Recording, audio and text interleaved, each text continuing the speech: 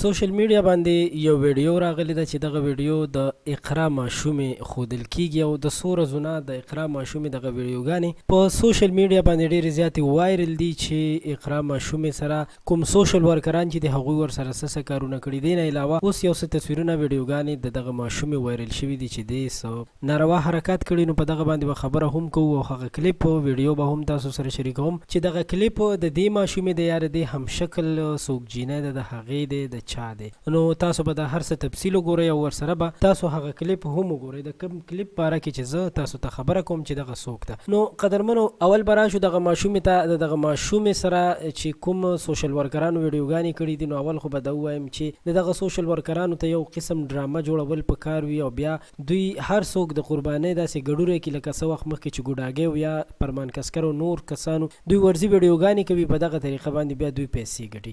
خو اوس مهال چې د دغه جینۍ پلار چې کوم دی دا هم یو بې ضمیره انسان به ورته ووایو چې په خپله لور باندې پیسې ګټي. هر یو کس چې ورته ورشي نو خپل لور ورته راوباسي ویډیوګانې ورسره جوړې کړي او د ده پلار ته یو څو روپۍ ورکړي او هغه کسان چې کوم دي هغه په دې باندې خپلې چینلې مخکې کړي. نو اوس زیات خلک خبرې کوي چې اقرا ماشومه چې ده دا د خپل پلار د لاسه خرابه ده. خپل پلار چې دی دا بې حیا کوي راوباسي او سوشل ورکران چې کوم دي هغه بس یو غوبل یې جوړ کړی کور ته ورځي ویډیوګانې ورسره کوي. نو خلک په دې باندې په دې جینۍ باندې د دې په کورنۍ باندې د دې په مور پلار باندې تنقید کوي چې دا بالکل راویستل نه دي په کار. اوس یو څو کسانو ترې داسې قصه جوړه کړې ده چې ګینې دغه ماشومې ناروا کارونه شروع کړي. نو داسې هېڅ خبره نشته. تاسو به هم په خپل کور کې خور مور لرئ. که ستاسو خور مور پسې څوک خبرې وکړي نو بیا به څه وي. نو په کار نه ده چې د یو چا خور لور پسې داسې خبرې وکړی شي.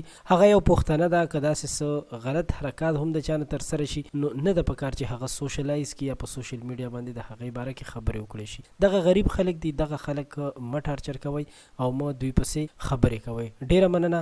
ویډیو در سره لایک کړئ. زموږ چینل سبسکرایب کول مو هیر نشي. د خپل ځان د خپل کورنۍ او فیملی ډیر زیات خیال ساتئ.